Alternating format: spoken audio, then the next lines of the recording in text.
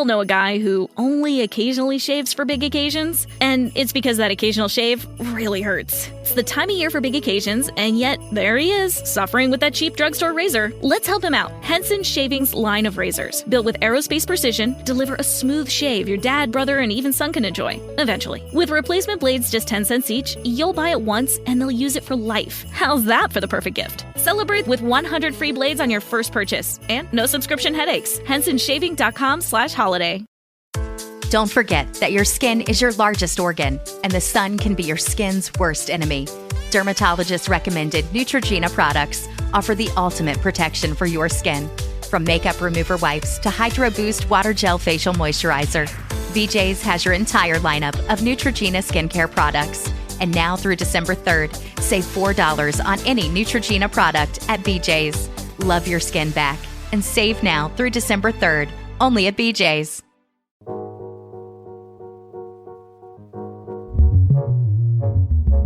Hello, you're listening to the No Fruits Podcast, and I'm Kafa. And this is Maurice. And again, we want to say Happy New Year to everybody. Happy New Year to you. Are there any Happy New Year songs? To you. Maurice has got one for us. Happy New Year to you. I mean, I just made that up. That was just in my head. I don't know why. All right, sounds good to me. I don't know if there's any Happy New Year songs that I can think of. We're still so hung up on Christmas carols, I guess. Yeah, I guess. Okay. Yeah, I'm like really drawing. I'm really thinking about it. I can't think of any, to be honest. Wow. So any songwriters out there, if you have a New Year's hit you'd like us to listen to, send it our way. Right. Right. I know that's right. Mm-hmm. So, y'all, I know we keep going back and forth with this. And again, we had a little break. And like I said, we have a lot of stuff that we need to try to kind of catch up on a little bit. So, especially for our faith-based listeners, like this is really, really, really interesting. I want to know, how do y'all feel about the evangelical church and their up and down support for our current president of the United States? I really want to know how y'all feel about that. Maurice, how do you feel? So, I understand that there is a political component to church. I learned the hard way to some degree, and it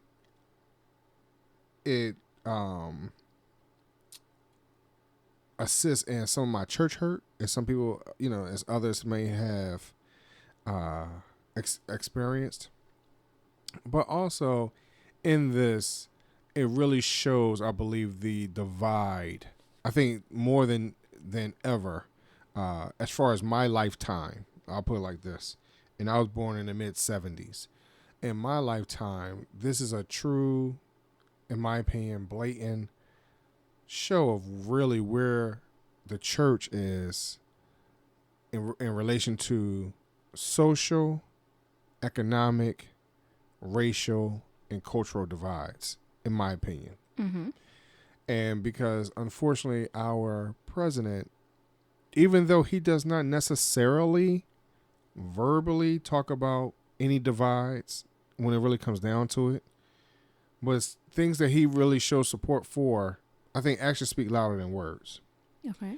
And so as I listen to some of my senior members of my family who kind of support some of these evangelical pastors, such as a Paula White or things like that, Billy Graham, things like that, these persons that may have supported a president in quiet are now, a president like this in quiet now are really showing their true colors, in my opinion. So how do I feel about it? I always thought that there was a separation of church and state. Mm-hmm. And so there's a part of me that's like, wow, there really isn't. It really, really isn't. And it really shows the how much the church supports the political agenda overall of this particular country. I can't speak about across seas because I don't live there. I'm not there day to day. I can hear what people have to say about it. I'm only speaking from my own experience, and not saying that my experience is law. Doesn't necessarily have to be right for you.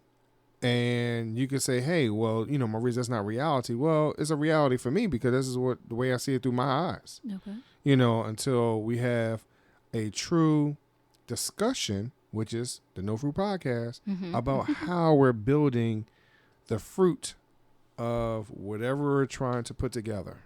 All right? Whatever tree that needs to grow and flourish and produce the fruit in order for us to educate what we need, whoever is out there one way or another. Right. So I truly feel some type of way about it because it is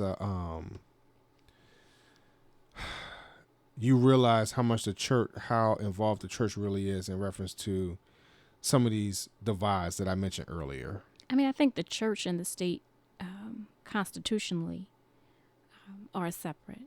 I think as the United States grew and the need for services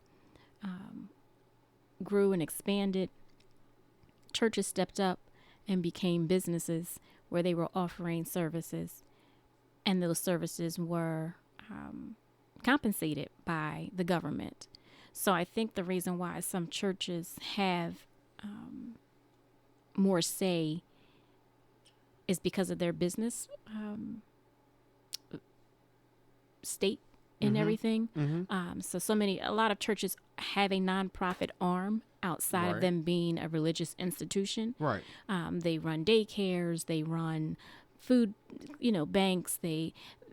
There's so many things, and a lot of those things are funded by the government. They're not doing it out of the kindness of their heart because the community is bereaved and we have people who want to watch other people's kids. No, they want to get paid for that. Right.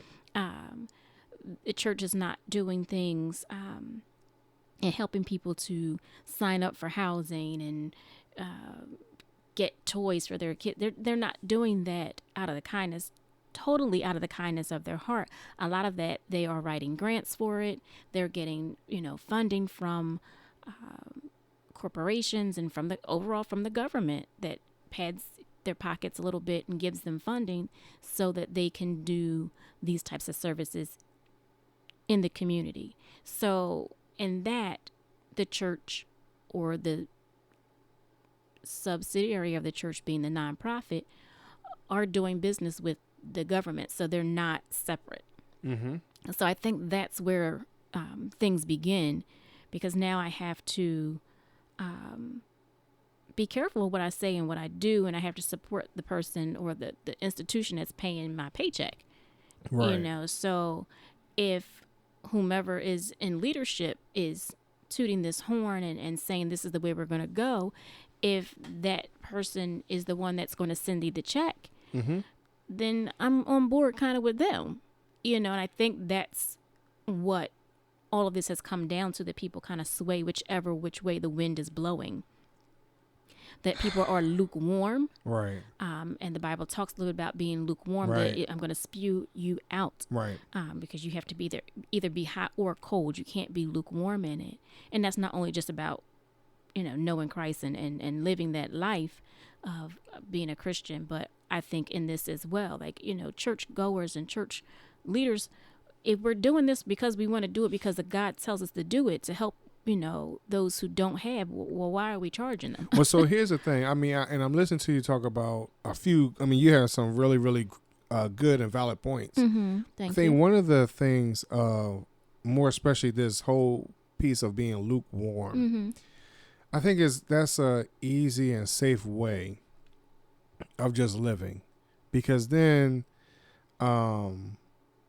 if you're lukewarm, not hot nor cold, not on fire, not freezing rain, whatever it might be, because once you take a stand, people truly understand where you are, and then they have the opportunity to really point their finger, chastise you, uplift you, whatever it might be. And I think the church, unfortunately, stays in this lukewarm perspective overall, because you're trying to help, aid, and assist a little bit of any and everybody, not just from as you're stating, getting financial donations that's going to help them out. But, what happens when a Christian church has someone that's a Jehovah's Witness or a Seventh-day Adventist come? Are you necessarily turning them away, or are you trying to help them out? And I think from a Christian come perspective, for their services, whatever it might be. Yeah. So does your church provide daycare services to the Muslim child? Is that what you're asking? I mean, something like, it could be something like that. Mm-hmm. Yeah. I'm just saying in general, when I say help. And it could be, hey, they come into the church because they don't have any food. Mm-hmm. They don't have any clothes, things like that. Right. And again, that's the separation of the church and state, and that's the separation of the church and the nonprofit arm, because being a nonprofit says that I'm not going to push religion on anyone. I'm not going to push beliefs on anyone. I'm just here to help. But that's the part I think that sometimes we get confused, because as a Christian, we have to have benevolence and we have to have kindness and all those things. But then when we try to make that kindness a business, that's where it gets a little tricky. Right, because overall, business is not kind. Overall. Mm-hmm. Overall. So, because at the end of the line, you want to make... You need a profit.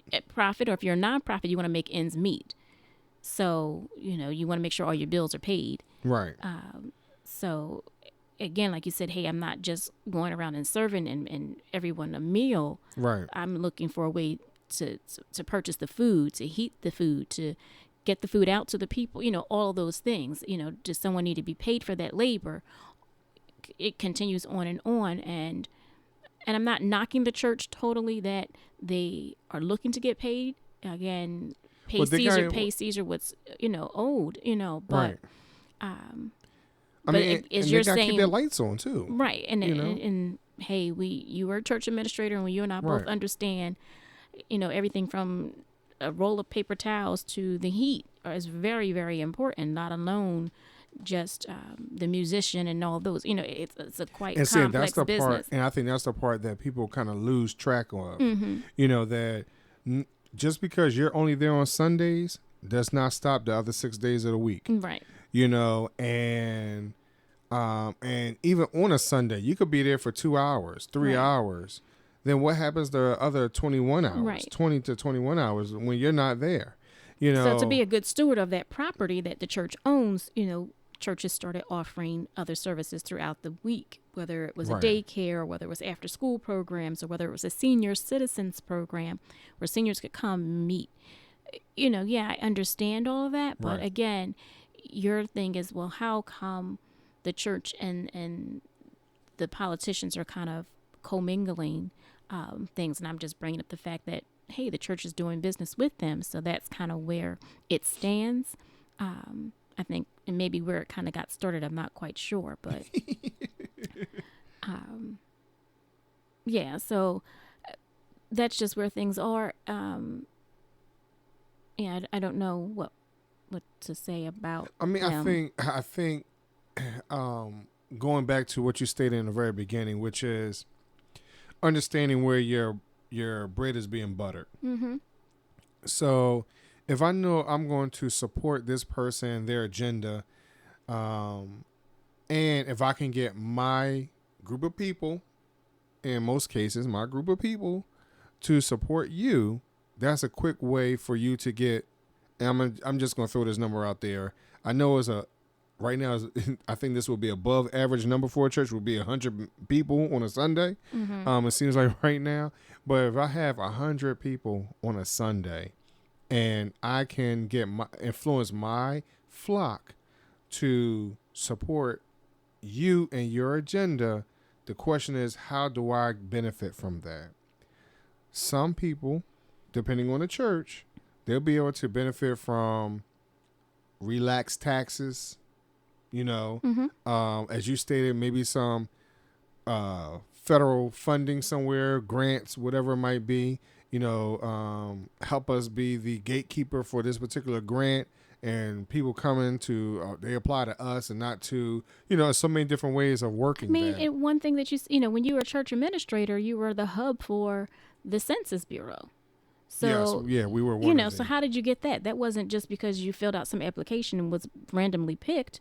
I'm sure it was because of some political connections that someone within the church had. Well, no, what happened? Well, in that particular case, the young lady who had come to the church, I had actually seen her twice before, walking down the street, and just one day she just came out the clear blue and said, "Hey, we're looking for, a place to have this. Someone referred us to you." Exactly, someone referred.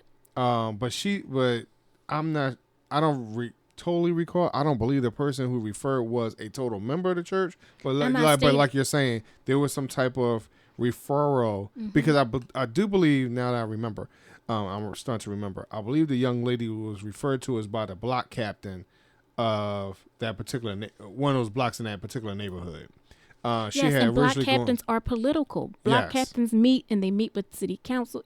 That's political, and that's what I'm saying. So you're not pulling the two apart. Right. She wasn't going there saying, "Hey, benevolence or whatever." No, I'm sure there was some dollars that she exchanged for her to to use that space as a training location, as a hub in that community. It wasn't like, "Oh, we're a church, yeah, we want to help you." No, I mean, because it wasn't a dead of winter.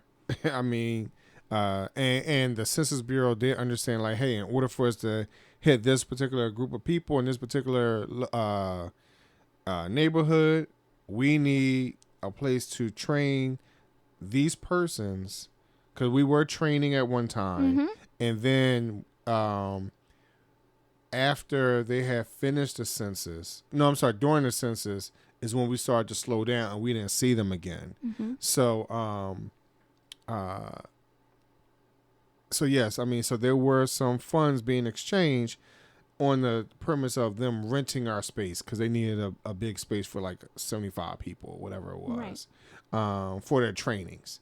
So if you want to say from a political perspective, yeah, I mean, there was that aspect of that. I mean, how many churches in their basements in some towns are polling places? Right. So there is no true separation. I mean, I think the separation is that, hey, you can't get up and preach, and you shouldn't get up and preach about, politicians and things like that. I think that would be ill-advised. But I mean, but how many people allow some of these same politicians to come in and either speak to the congregation and or even preach? I mean, it's been a few. I mean, growing up, again, I've seen people say, "Hey, I'm going to bring in several people. So today we have these two. Next week we'll have another two." Like, it was never leaning one way. But see, I think that's the difference, because some people kind of lean one way. And this is kind of where I was getting to in the very beginning about reading this article from Reuters.com, just about how this group of evangelicals are really supporting the president. But part of that is because of, again, what are these group of persons that are evangelicals? What are they getting out of it to some degree? Right. Is it the person again with that title, or is it the whole organization? So it'd be different if you said, "Hey, all of AMEs are supporting Trump." That's a little bit different than you're saying, "Hey, this one person." I think if you listen though to what they're saying, they say evangelicals. They're not saying one particular church or one part of because I don't know how evangelicals are really broken down versus if you said someone was Christian, well, a version of that would be, a branch of that would be AMEs or Baptists or AME Zions or United Methodists or what, like, you could kind of really break that down. When you kind of just say evangelicals, because I don't know enough about evangelicals at all. I don't know if they're technically Christian or not. I really don't know. I would say so, But, so if you're going to say that, then yeah, so that's like you saying the AMEs or the Baptists are supporting I mean, Hillary evangelicals Clinton are or a whatever. part of the Christian church. So with that being said, and the reason why I had a doubt, to be honest, because that's not necessarily a group of Christians that you hear about. Because it's a cross denominational type thing. It's not. Right. I don't think it's like one. It's not a denomination. Right. So that's what I mean by it's a little, when you start talking about that group of persons, it gets a little confusing to me. Again, that's me coming from my own understanding and not really being around those that even profess that they were evangelicals.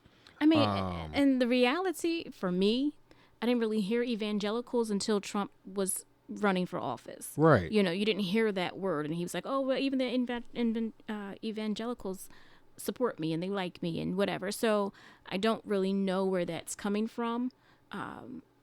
Granted, they probably, the group and the term was probably around before then. Right. But because who's to say that you and I are not considered evangelicals according to what the definition is? Mm-hmm. So it's kind of hard to put all of that in one basket. Right. So again, do you have strong beliefs about certain politics and certain political people? Do I? Yes. So if we spoke it, then does what we're stating speak for all Christians? But it's all about how that message gets out. So if they say, Minister Maurice Chisholm, said this, then people are going to think, oh, well, he's a minister. He does, this is how he thinks. Yeah. So it can be taken out of context because of your title or whatever. I just think that's just what. And as you even take a look at the definition of evangelical and try and find out really what's the difference between evangelical and Protestant or evangelical and Methodist and things like that, it's still, even in the definition, it's still blurry. I think it's very vague. As I'm looking it up as well, I think it's a very vague definition. So therefore, it's lottie-dottie and everybody. Right. Falls within that. So for anyone to say, well, the evangelicals are doing this, like, that's very, very, as you're stating, very vague. Right. So what does it really mean? Right. And so it's just these are the type of things that you, as we have these type of conversations and these discussions, we would love to hear from, your perspective. Those that have gone on to, because that doesn't mean that Kaffa and I have not been in Bible teaching places. Kaffa's been in Bible school, being ministers, so forth and so on. That doesn't mean that we're not educated to some degree ourselves. But that just also means that, hey, we haven't been educated on some of these differences to the point where you exactly know what it is. And it looks like there isn't one. And we're always willing to learn. So, right. Again, this is a discussion. It's a conversation. Right. So whatever information, you have for us, please share it on Fit. Right. And we'll gladly read it and become more educated on it. But so again, Maurice, you're stating that evangelicals who once supported him are now somewhat denouncing him. Or is that what the premise of the article? It's not they're not necessarily denouncing them. The point is they're showing that their numbers for support are, they're not denouncing as much as they are just dwindling for support, because of, more especially in this particular article, they're talking about the millennials and just how our current president has started to put people in certain boxes and starting to shun away those boxes, push away those boxes. So if you have millennials who support the LGBTQ community, well, they're not liking that. So no, they're not going to support him. Even though it does talk about the evangelicals those numbers have been dwindling kind of quickly anyway in that particular church. But those that are staying, they're not necessarily supporting him as much as they used to either. again, not necessarily denouncing him, and I think denounce is kind of a crazy word to use, but they're just not in support of the current president as they were before. Right. And I mean, a lot has happened, with him, for him, within the last year. Just looking at 2019, so I can see why some would, hey, I'm not 100% behind him. right, But again, until they need him. I mean, again, that's just what I think the whole game is that, when I need you, I'm right behind you. I'm, your ride or die, if you would. right. But then as soon as you, which he has done, once you pull me out and put me on the carpet, put me on Front Street, then I'm kind of like, no, I'm cool. So. I mean, because look, I mean, they even talk about how he considers himself a Presbyterian or something along those lines, and instead of going to his church on Christmas Eve, he went to evangelical church to try to help strengthen his, the bonds again. Right. So he understands where even for him, where his bread is being buttered. Right. And that's what I said. I think it's all about, what you need. So he's had a troubling end to 2019. I think he's trying to pick up the pieces and rub arms with those who are going to elect whether or not they're going to put him out of office. Right. So if some of those people who are serving and they're evangelicals, then guess what? He's going to go there and rub noses with them and, see how dark his nose gets. Right. And so in that, as I said, there's a whole lot that's been going on since we've taken our break. But, when you take a look at how the newspapers are starting to slowly break away from him, and then you have those that are trying to support him, but even with some of those churches, newspapers trying to support him, some of their editors and stuff like that are starting to really leave too. Like, hey, this is a really slippery slope. We don't need to be a part of this. So I think right now, this is where the Christians, quote unquote, need to start to really pull together better overall. But I think, and when it comes down to it, it's going to be party over religion. Republican, Democrat, Independent, whatever, is going to be more important than you being Christian or anything else. And one time it was like Christian versus Muslim. Well, that's not the case anymore. That was a moment.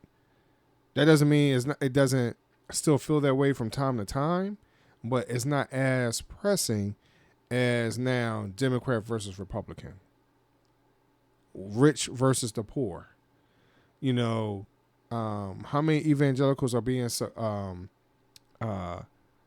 hit by the lack of food stamps right now?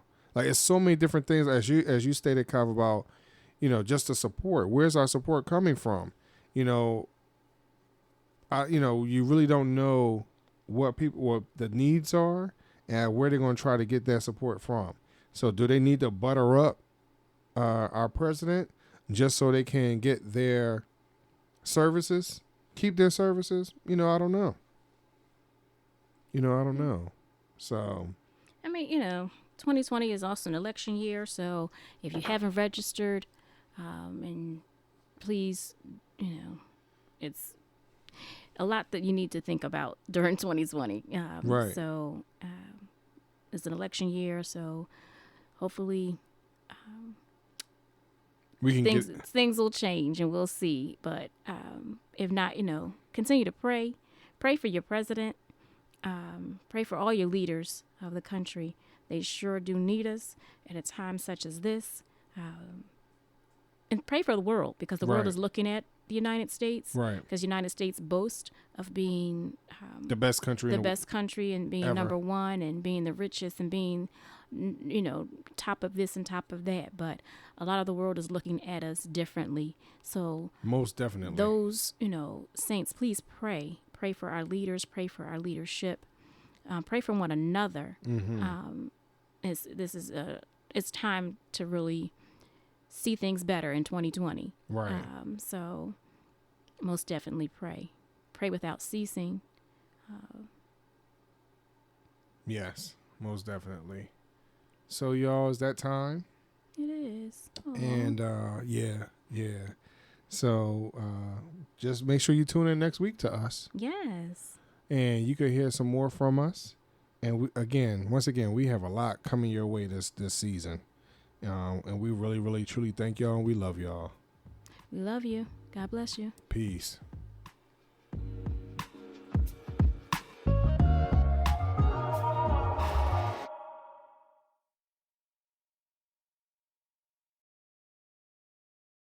We all know a guy who only occasionally shaves for big occasions, and it's because that occasional shave really hurts. It's the time of year for big occasions, and yet there he is, suffering with that cheap drugstore razor. Let's help him out. Henson Shaving's line of razors, built with aerospace precision, deliver a smooth shave your dad, brother, and even son can enjoy, eventually. With replacement blades just 10 cents each, you'll buy it once and they'll use it for life. How's that for the perfect gift? Celebrate with 100 free blades on your first purchase, and no subscription headaches. HensonShaving.com/holiday. Don't forget that your skin is your largest organ, and the sun can be your skin's worst enemy. Dermatologist recommended Neutrogena products offer the ultimate protection for your skin. From makeup remover wipes to Hydro Boost Water Gel Facial Moisturizer, BJ's has your entire lineup of Neutrogena skincare products. And now through December 3rd, save $4 on any Neutrogena product at BJ's. Love your skin back and save now through December 3rd, only at BJ's.